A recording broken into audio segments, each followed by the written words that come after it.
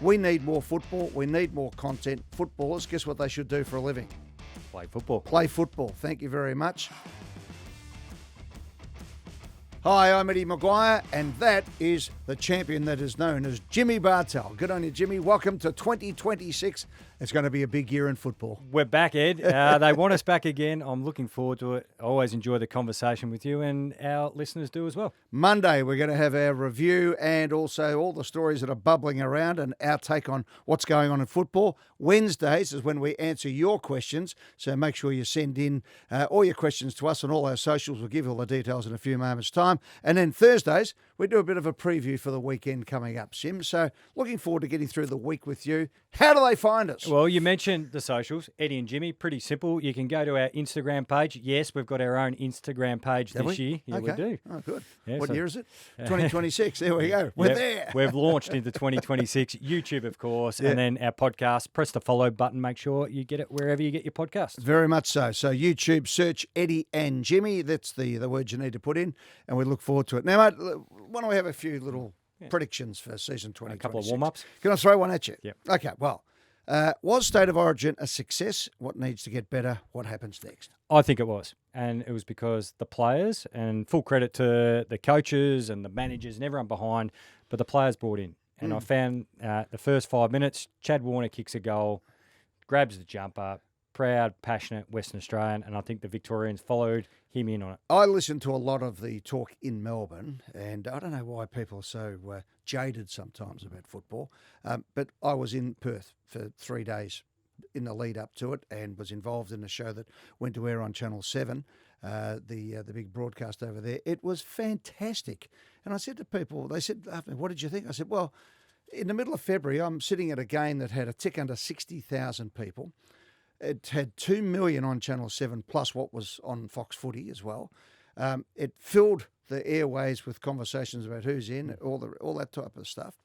Outside the ground, the activation, in a year when next year there's going to be an NRL team going into Perth, it was absolutely what the doctor ordered, the Fremantle doctor, in fact. And it was fantastic. The game was great. I enjoyed every second of it. And it was a beauty. So quickly, what needs to make it better? I think get South Australia in. That's the first thing we need to do. Ultimately, we need more football. We need more content. Footballers, guess what they should do for a living? Play football. Play football. Thank you very much. And I think we need to have a bigger series, probably over 2 weekends, and have a champion of Australia. Now, whether that's 2 divisions or whether there's a round robin with South Australia, Victoria, Western Australia, do we go for the 4th team to be a combined allies, which I don't like, but it might be what we have to go to. Is that the Indigenous All-Stars? Whatever it is, we need to come up with. That's what we need to wrestle with. Not should it get bigger? How do we make it bigger? And I know you love the theatre of the game. This is what you build up brilliantly. We've got to lean into the fact that the Vics are the bad guys. Yeah. They are the overlord. Look at you, all your VFL bias, because I read an article in the lead up to it, and clearly it was South Australian bias. Yeah. But the 10 greatest wins in State of Origin is when a side beats Victoria. Yeah, according to them. Yeah, but exactly. But lean into it. Yeah, but mate, do you reckon I was sitting there, and I'm sitting next to Ted Whitten Jr., telling him who should win the E.J. Whitten medal, and he agreed with me, but it didn't turn out that way. You both went, you didn't go? Lockie Ash. Well, we didn't get a vote, so it didn't matter. But every time Dakes got the ball, for example, they booed him, which was great because he was wearing the big V, he's Collingwood, and he's Nick Dacos. So that was great. He was the pantomime villain that was there. But, we were pretty happy every time they got close. We kicked the next 3 and let them know about it too. Of course. Just a little bit vocal. Yeah, you've got to flex the muscles. As Robbie Wiley and Ross Glendenning, a few others sitting behind me, found out during the course of the evening. It was great fun. It is. It was great. And you know what? After the game, everyone was in good humour. It was just really, really good. I walked back to the Crown afterwards. Everyone's coming up, really well behaved, nice. Then you go back to Crown. I mean, that is a sensational setup. We have the football, straight back to Crown. We went and had some late dinner with my wife, who dragged me to the football on Valentine's Day. But come on, Carla. Anyway, it was great. Right, what rule change excited you? I don't get excited by rule changes, but I'm probably the most curious about last possession between the arcs and the speed that they'll put on the game. Yeah, I must admit, what I liked about it is I barely noticed anything. It was all pretty. It all fitted in. I didn't go to the football in the state of origin and think, wow, what have they done to the game? No one even noticed that the umpires threw the ball up rather than bounced it. They've got to get the throw up uniform and get that right. But out of bounds, I think worked well. Yep. I think, yeah. Any rules that you're looking forward to next of the rule changes for this year? No. Because it always takes a while, I reckon, for coaches to start to manipulate them. Yeah. I know they work on it over the summer, but that's a job of a coach. That's why you've got assistants and you got people working on laptops. I think by about the midway point, we'll see them in their full effect because we'll see our coaches manipulate them and then how the players adjust. Yeah, hopefully the players work it out as well. Do you reckon any players? I've seen a couple of practice games and I've been out to a few of them. A number of players who had the 50-metre penalty against them and threw their arms up. Go, what are you talking about? It's like, seriously, mate. You got one job. Learn the rules. It's not that complicated, our game. Footballers have two bits of equipment, a mouth guard and their boots. Yeah, make sure they work. Regardless of what the sponsor wants you to wear something actually means that when you kick the slippery leather ball, it goes to the person in the same jumper as you or through the goals. That's the idea. Right. And learn the rules. I'll give you an outside of that, then you can listen to the coach. All right, I'll give me the number, the under-over of how many 50-metre penalties for not standing still on the mark. But here's the little thing, where the player throws his arms up and go, what do you mean? Oh, that's it. Make that 100. What do you mean? Yeah, that's what you should. We've only been talking about it for 6 months. Instead of the crowd yelling at the umpire for giving the 50, yell at the player for being a nuff. Yeah, correct. Okay. So that's that. Headline issue for you. What will be the big headline? I've said this for the last 3 years, but I'm really meant it this year. The drug code is going to be massive because the changes, they are coming. And the society has changed significantly. And, that's going to be pretty big. Headline issue. When I say that as well, because it has been out of control over the summer and in the last 12 months. And the proximity of people to very bad people in the community is no longer now a cause for concern. It is the concern. Headline issue: how do we make meaningful games between rounds 15 and 19? Because I think with the wild card, yes, we've just brought back that topic instead of being how do we make meaningful games in round 20, 21, 22 and 23. Yeah. How do we make meaningful games in round 14? Well, I think if they had have adopted the McGuire Bartel system. Oh, no, this one's all yours. I'm bringing you. Well, we would have because that's what it would have done. But they've gone, not surprisingly, with the sort of American version, which I think actually it's an interesting one because I think it's actually everyone's talking about.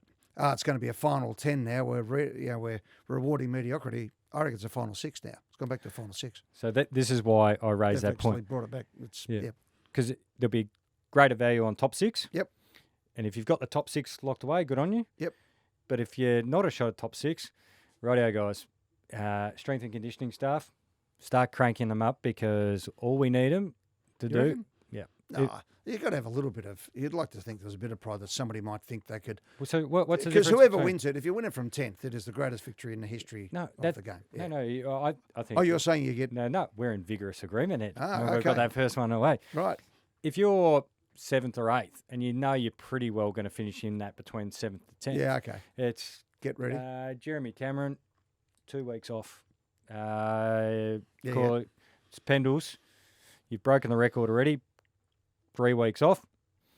Let's get you ramped up because we're going to have a 5-week run at this. Well, I don't mind that necessarily because the whole idea is to win early games to set yourself up to win the premiership. It's the tanking that I don't like is when it's to finish down the bottom or whatever the case may be. But again, that's why I liked my version of things because every game was a live game and you eliminate from round 16 onwards, basically. Anyway, let's give this one a chance and see what happens. But the 2 games will be great. I did like having the break. I know no one likes it, but when you have a look at what the real effect was, it meant that we had a 4-week final series as opposed to grand final week, and we got 100,000 basically at the MCG for every game, which did not happen or go near happening before we had that week's break. That week's break gives you a little bit, and it's also going to be pretty crowded because there's another game coming to town in those little weeks at the start of the final series called the NFL. Two good teams coming as well. Exactly. Wasn't that good? Would you rather have that than the MotoGP? Why not both? Can we have soft tacos and hard tacos? No, you can't. I'm sorry. Only one. No. It'll be unbelievable. All right, put your broadcasting hat on. What improvements are you expecting or you still want? Oh, broadcasting. I think Channel 7 should have more of Xander McGuire on their coverage. That'll keep his mum happy anyway, and me. I think it's going okay. I mean, I haven't really thought about it, to be honest. I mean, you know what? I'd really like to see another. I'd love to see the Footy Show come back. I would not as it was 32 years ago. So a Thursday night operation? Well, Thursday, Wednesday, whatever it is. It'd have to be Tuesday. Wednesday because we play But Thursday. I think that type of thing is great. You know, I look at shows that we produce, so I declare the interest. One that I host, the Gather Round Spectacular, which this year will be at McLaren Vale, is going to be unbelievable. The show that Channel 7 did, hosted brilliantly, by the way, by James Brayshaw, Brian Taylor, Abby Holmes, and all that team over there. I stood and watched with a keen eye because we're ultimately the producers of the show in conjunction with Chris Jones at Channel 7. They did a really good job, sold the whole thing so beautifully. And again, when football, our game, is involved in a bigger situation, i.e. football tourism, that keeps the money coming in and makes people excited and gives you something to look forward to. So I think we need to, it's not necessarily the broadcast of the game. I think the whole game itself needs to look outside of itself a bit more. I think sometimes we get a little bit too much into the minutiae, into the weeds here in Victoria. We've got to broaden our game plan a bit. Can I give you my footy head thought on the broadcasting? And it's been a little bit of a hobby horse for me. Let's get our footy experts teaching us or showing us the game. Yeah. So the big screen we've got here, and I've raised this before, so Channel 7 already do this really well with Trent Copeland in the cricket. Yep. So your Luke Hodge, your Nick Rewalt for Channel 7, Jack Rewalt, Jordan Lewis, David King, whoever, they know the game, they see it brilliantly, but let's utilise that more. So have them sitting off to the side with a producer, just Hodgie. I'm going to use Hodgie for example. Yeah. One of the great minds and directors on a football field we've seen. Producers in there, just watch the first half. What are you seeing? So what? I'm laughing at this. Can I tell why I'm laughing? No, not yet. Let me finish my point. So at least it sounds like no, you're right. Yeah. So, all right. The first half, we're seeing Nick Dacos always get off the chain. He's not playing on ball. So why are Collingwood getting so much success? Half time, instead of all this going on, because now we've got, as you said, we've got the journo down the boundary doing the stuff, and all the other hosts doing what they need. Hodgie, how's Nick Dacos taking the first half about it? He goes, well, look at this behind the ground footage, and using almost like the old Channel 9 days where they circle and all this. Here you go. Here's Nick at the stoppage. This is where he's going. This is what I'd do if I was Collingwood playing Hawthorn. This is what I'd do with Hawthorn. Yep. Move the man up. And people at home go, oh, we're actually hearing the brain, the football genius. And now let's look for it. Correct. That's it. So that's the whole idea of special comments and broadcasting in my book is, whenever we get on a microphone anywhere, my rules are these. Make them laugh, make them cry, tell them something they didn't know. Because if you're going to invest in listening to the podcast or if you're going to invest in watching a television or listening to the radio, you have to get something in return. If you're going to give me an hour or 2 hours of your precious life, I have to give you something back. You've got to be able to take something away. So that's exactly it. It's funny. I laughed before because when Peter Dacos finished at Channel 10, I tried to get him onto Channel 9's coverage. Dakes wanted a call. I said, no, mate, we're going to bring this thing in called a Telecaster. And I want at halftime Peter Dacos to tell me what no one else can see out there. What does Peter Dacos see that is out there that no one else? And I said, I don't want you necessarily to just say it because it's in your mind and sometimes it's hard to get out. I want you to show us. Yeah. And that was exactly the role. I totally agree with you. Yeah. That was now the best part of, when was that? 20 odd years ago now. Can you imagine Jack Rewalt up there and there's a young key forward and he's struggling and all that and he can just go, well, here you go. There's the behind the goals footage.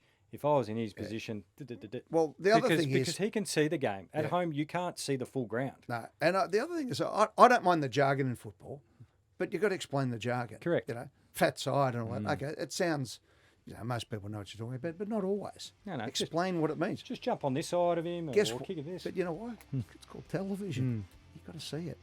Use all the graphics. Yeah, all right, I'm with you on that.